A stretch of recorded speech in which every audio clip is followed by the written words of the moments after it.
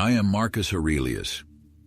Throughout my long life, amid the splendor of the imperial palace, on the bloodied fields of battle, and in the quiet solitude of my private reflections, I have come to understand that the true source of power lies not in external conquests, nor in the fleeting praise of others, but in the steadfast cultivation of one's inner being. Each morning, as the first light of dawn filters through the vast corridors of my mind, I awaken with a singular resolve to uphold the virtues that sustain my soul, to nurture that inner citadel which no earthly force can breach, and to face the day's inevitable challenges with a spirit both calm and resolute. In this way, my life is governed by a clear and unwavering purpose, a purpose that has been forged through years of introspection, trial, and the relentless pursuit of wisdom. For I have learned that a purpose, defined with clarity and embraced wholeheartedly, serves as a compass that directs every action and decision, ensuring that even when confronted with the most tumultuous storms of fate, one may remain anchored to the principles of truth and justice. To live with such a purpose, one must first know what is truly worthy of pursuit. I have often contemplated the nature of my calling, understanding that it is not found in the transient pleasures of wealth or power, but rather in the enduring service to humanity, the steadfast pursuit of justice, and the harmonious alignment with the natural order of the universe. It is in the deliberate formulation of one's highest ideals, those lofty, noble principles that guide our every thought and deed, that we discover the means to transform adversity into opportunity. Every day I ask myself, what virtue shall I cultivate? Which principle must I honor? Such inquiries are not mere idle musings, but the very foundation upon which I construct my life. This deliberate commitment transforms every hardship into a stepping stone, every setback into a lesson, and every challenge into an opportunity for growth. In the midst of political intrigue, personal grief, and the incessant clamor of public affairs, it is this clear purpose that grants me the strength to persevere, to remain unshaken, and to carry forward the legacy of wisdom that I have inherited and refined. Yet even as I pursue this purpose, I am acutely aware that the mind is both the architect of our destiny and the guardian of our inner peace. I have learned to treat my thoughts as precious treasures, filtering them with the same vigilance with which one might secure the gates of a fortified city. Every notion, every sentiment that seeks entry into the sanctuary of my mind must be measured, evaluated, and accepted only if it serves the higher good. Negative impulses, self-doubt, and destructive passions are like unwelcome intruders that, if left unchecked, can wreak havoc upon the tranquility of the soul. Thus I labor diligently to cleanse my thoughts, to ensure that only those which foster growth, fortify resolve, and lead to virtue are permitted to take root. When harsh words or bitter criticisms are hurled in my direction, often more reflective of the speaker's inner turmoil than of any failing in my character, I meet them not with immediate ire, but with a discerning pause. I scrutinize the source of the criticism, recognizing that it is frequently the echo of another's unhealed wounds rather than an indictment of my worth. In so doing, I transform each potentially corrosive comment into an opportunity for self-examination, a mirror in which I may observe and correct my own shortcomings. There are times, however, when the venom of another's speech might stir within me the twin specters of bitterness and contempt. I have on occasion felt the sting of words that sought to wound the heart, to diminish the spirit. Yet I have resolved never to permit such negativity to take hold. I understand that to harbor resentment is to permit one's inner fortress to be undermined by the very forces it seeks to repel. Instead, I choose to regard each disparaging remark as a call to fortify my inner resolve, a reminder that the worth of a man is not measured by the opinions of others, but by the integrity of his character. I have learned that bitterness is a poison that, once allowed to fester, corrodes the soul from within, impeding not only our ability to act but also our capacity to feel joy. Therefore, I strive to release any such negative emotions, turning them instead into catalysts for introspection and growth. In letting go of resentment, I preserve the clarity of my mind and the purity of my purpose, ensuring that my spirit remains untarnished by the transient judgments of the external world. Yet no man can escape the specters of fear and shame, those formidable adversaries that, if unchallenged, can paralyze the will and obscure the light of reason.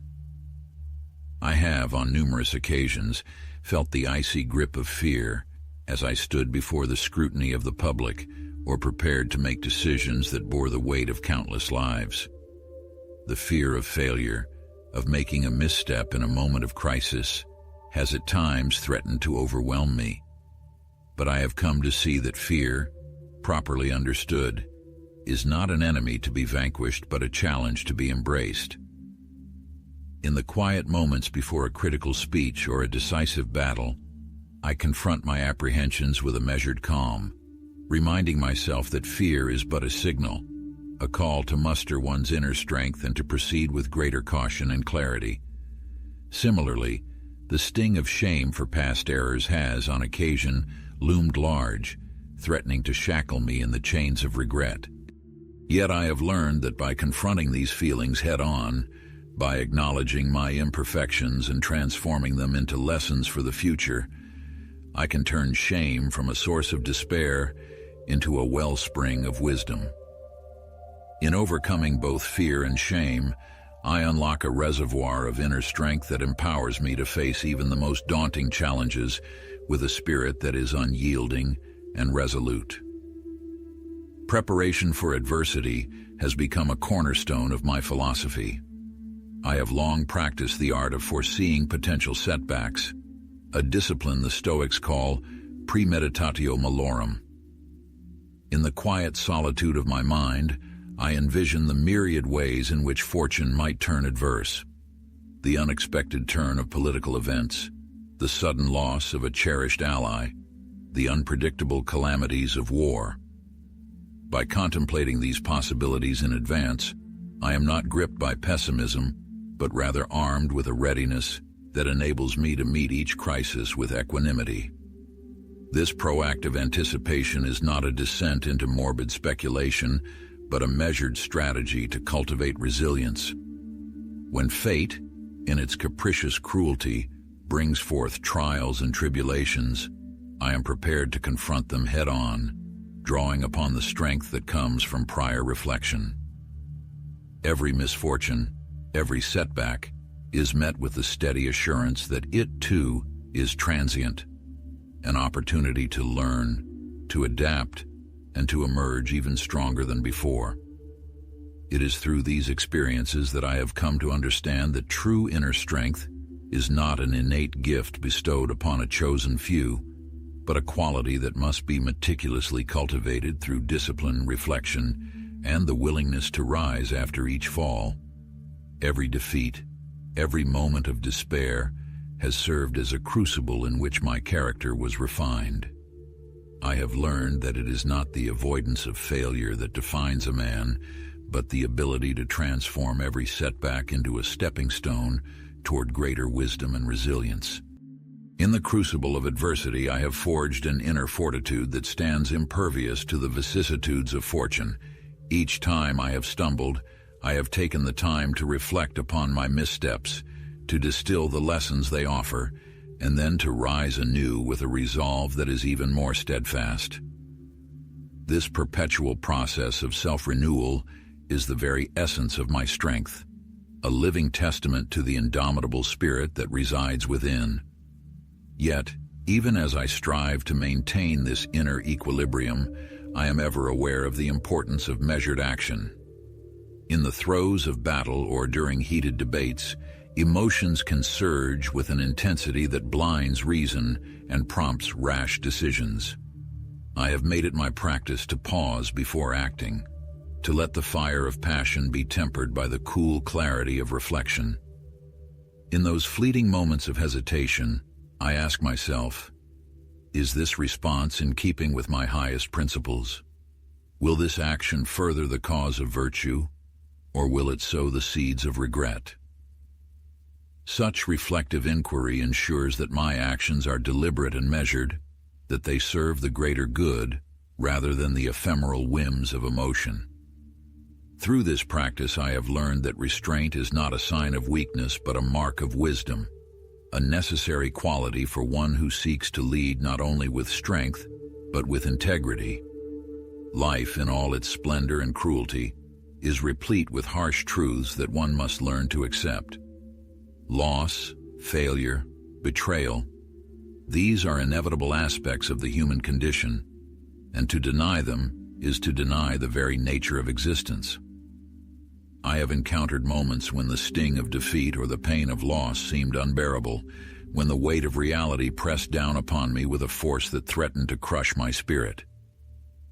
Yet I have come to embrace these truths, recognizing that each hardship carries within it a lesson that is vital to the growth of the soul. In accepting the impermanence of all things, the ephemeral nature of success, and the inevitability of sorrow, I have found a freedom that lies beyond the confines of expectation. By meeting each harsh truth with a spirit of acceptance, I transform it from a source of despair into an opportunity for learning and renewal. This acceptance is not resignation, it is a conscious acknowledgement of life's transient beauty and its inexorable cycles of decay and rebirth. Perhaps the most profound lesson I have learned is the importance of living in harmony with nature, a harmony that reflects the eternal rhythms of the cosmos. Nature is the great teacher, the silent witness to the ceaseless march of time, and the embodiment of an order that transcends the fleeting concerns of human affairs. In the gentle murmur of a brook, in the rustle of leaves stirred by the wind, and in the cyclic progression of the seasons, I perceive a wisdom that speaks to the impermanence and renewal inherent in all things. The blossoming of spring, the radiant vigor of summer, the reflective melancholy of autumn, and the austere stillness of winter. All of these phases offer lessons in acceptance, in the value of change, and in the promise of new beginnings. By attuning myself to the cadence of nature, I find that the external chaos of the world is rendered less formidable, for I am reminded that, like the seasons, every hardship eventually gives way to renewal and growth.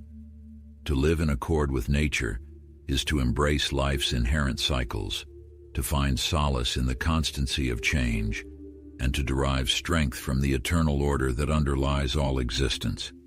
All of these reflections, on purpose, on guarding the mind, on transforming criticism into a tool for growth, on overcoming bitterness, fear, and shame, on preparing for adversity, on building inner strength, on acting with measured deliberation, on accepting life's harsh realities, and on living in harmony with nature, are the pillars upon which I have built my life. They are not abstract ideals confined to the realm of thought. They are practical principles that have guided my every decision, that have sustained me through the tumult of empire and the solitude of self-reflection alike. In the daily practice of these precepts, I have discovered the path to a life of enduring meaning and unyielding strength. Each day, as I traverse the intricate tapestry of fate, encountering both triumph and tragedy, I hold fast to these truths, confident that they will carry me through the darkest storms and guide me toward the light of understanding. Thus, as I continue on my journey, I do so with the unwavering conviction that the true measure of a man is not found in his external accomplishments or the fleeting accolades of the world, but in the quiet, steadfast cultivation of his inner life. Every trial, every hardship, is an opportunity to fortify that inner sanctuary, to reaffirm the values that define one's character, and to emerge, time and again, more resilient and more attuned to the eternal laws that govern our existence. I remain ever vigilant in my pursuit of wisdom, ever mindful of the delicate balance between action and reflection, and ever grateful for the lessons that each day imparts. In this way, I, Marcus Aurelius, continue to shape my destiny, not as a slave to fate, but as a master of my own soul, forging a legacy of strength, virtue, and enduring wisdom that I hope may serve as a beacon for all who seek to rise above the ephemeral tumult of the external world and discover the unassailable power that lies within.